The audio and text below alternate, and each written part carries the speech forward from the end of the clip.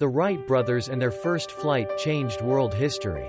The dream of flying into the sky was once considered unrealistic, but in the history of humanity there have always been creative people willing to risk their lives to conquer that dream.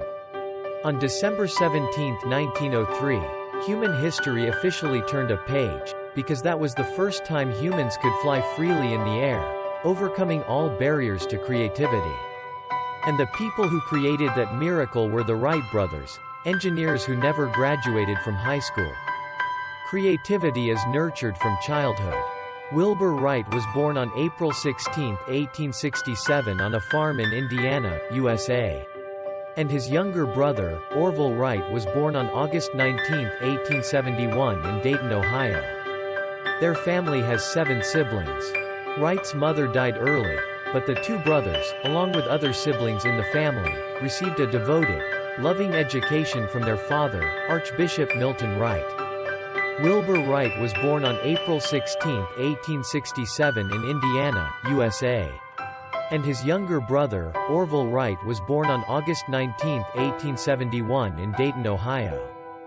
Wilbur and Orville can raise their father's bookshelf to find any book they want. It was thanks to their father's encouragement that the Wright brothers loved research from a young age. When he was in elementary school, Orville was a naughty student. He was expelled from school because of his mischievous actions. Growing up, studying did not interest him. In fact, he dropped out of school his freshman year of high school. Meanwhile, his older brother Wilbur is very studious. However, he has not yet received his high school diploma even though he has attended his final year. It was thanks to their father's encouragement that the Wright brothers loved research from a young age. According to Wilbur and Orville, their intention to create heavy objects that could fly into the air began with a toy from France. One day, their father returned from a business trip with a strange toy. This toy costs 50 cents, based on the invention of French aviation pioneer Alphonse Pénaud. It only consists of a bamboo shaft, 2 blades and a twisted rubber band. According to Wilbur and Orville, their intention to create heavy objects that could fly into the air began with a toy from France. "Look, son," the father said, and let the toy in his hand fly up to the ceiling. This made the 2 brothers extremely surprised. They enjoyed it very much, playing until it broke. After that, the 2 people created many models based on the original product. After that, the 2 people were very excited and created many models based on the original product. The passion for flying is revived in adulthood. While Wilbur is a quiet, calm, principled person who especially loves books and writing, his younger brother Orville is active and loves machines. When he grew up, his younger brother Orville set up a printing factory. He printed flyers and handed them out to store owners in Daytona. His older brother Wilbur studied Greek and math. While Wilbur is a quiet and principled person, his younger brother Orville is active and loves machines.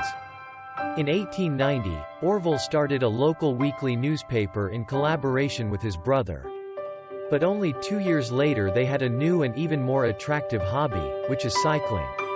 At that time, bicycles were popular throughout Europe and North America, so they decided to open a bicycle shop. Gradually, as the business prospered, they began manufacturing and repairing vehicles. In 1896, the Wright brothers heard the news. A German engineer had tested a flying machine that could carry people, so they immediately came up with the idea of building an airplane.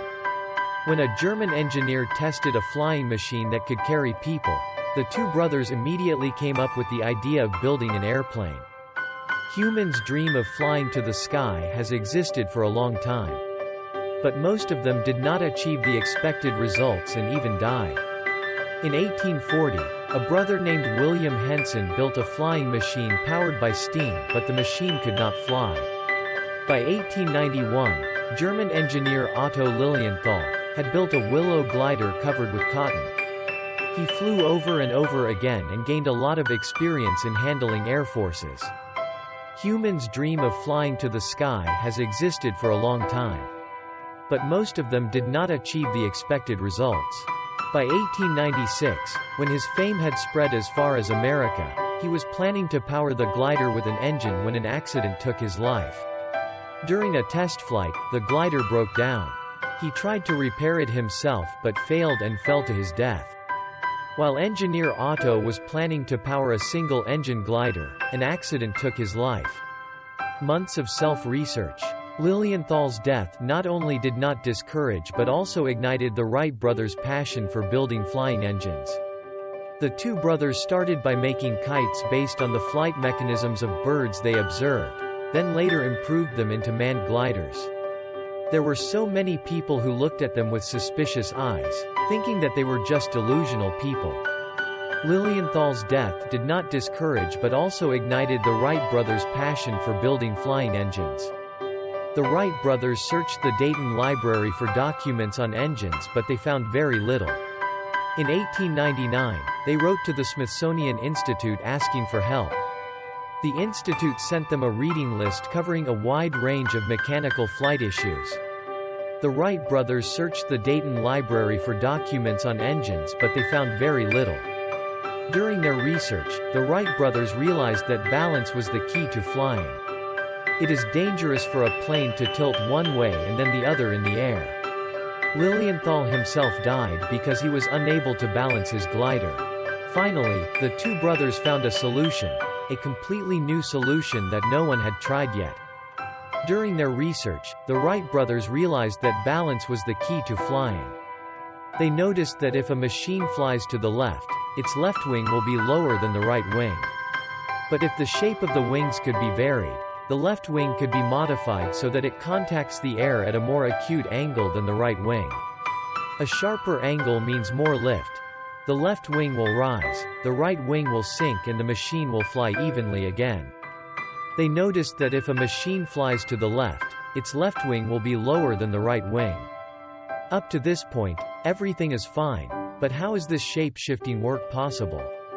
And a chance incident helped them solve this problem. One day, a customer came to buy a new inner tube for his bicycle. Wilbur found an inner tube, wrapped it in a small cardboard box and brought it out. He idly turned the box between his fingers and stood chatting with the buyer. Then he suddenly associated that box with the left and right wings of the plane. One day while chatting with a customer, Wilbur suddenly came up with a new idea for the left and right wings of the plane. In August 1899, the two brothers built a double-deck kite, imitating the shape of a box. Small ropes are used to secure the wings. Depending on how the small ropes are pulled, the spin of the plane's wings changes. They tested it on an abandoned plot of land and were very pleased when the wing lift control system worked. In August 1899, the two brothers built a double-deck kite and this new wing control system worked. Invent important parts yourself. Initially, the Wright brothers only designed a few glider models and tested them at Kitty Hawk Beach, where the wind blew continuously and was quite strong.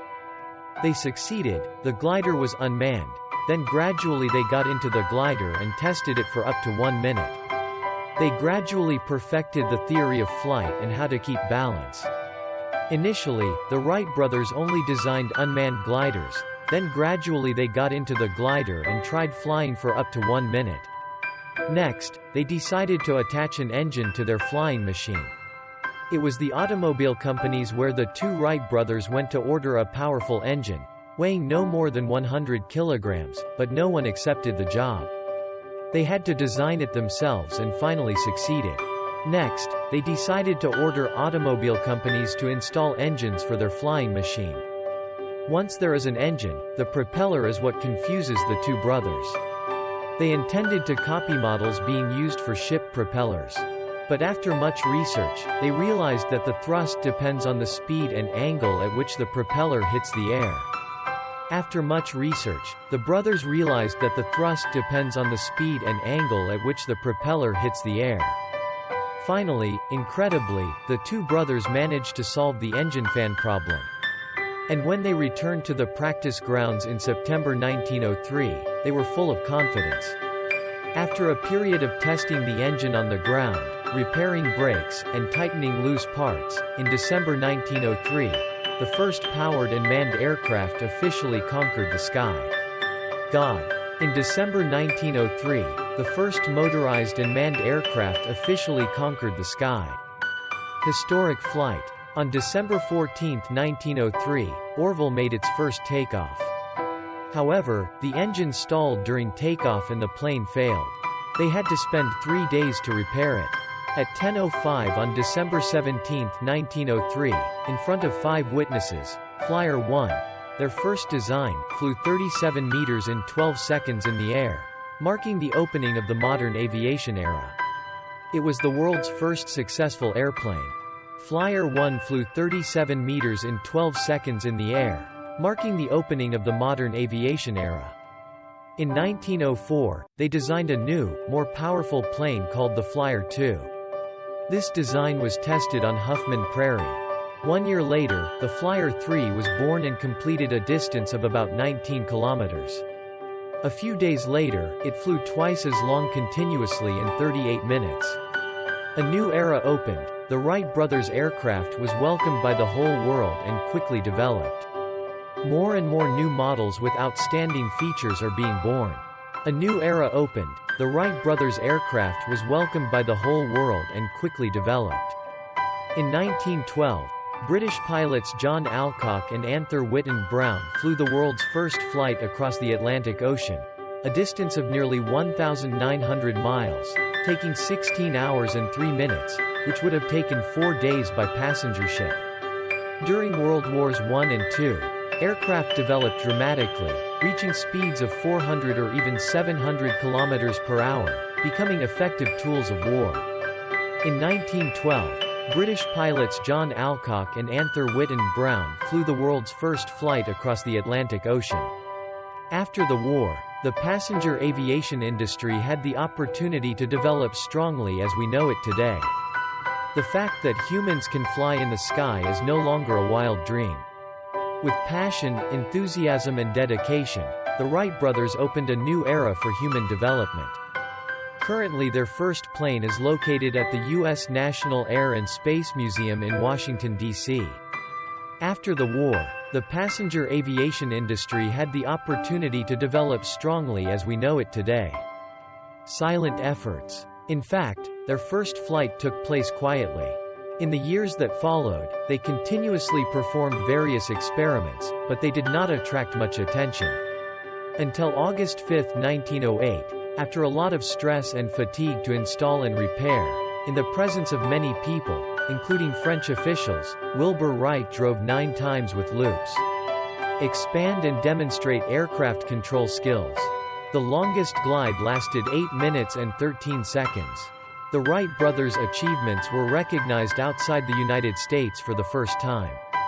In fact, their first flight took place quietly and unnoticed by many people.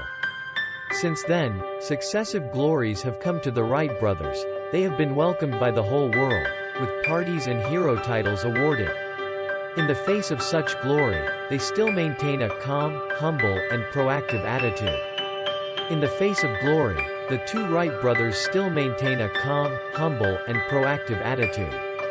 During the Wright brothers' banquet throughout the city of Dayton, while participants paraded in the streets, partying for 2 days, Wilbur and Orville secretly separated from the ceremony, going back and forth.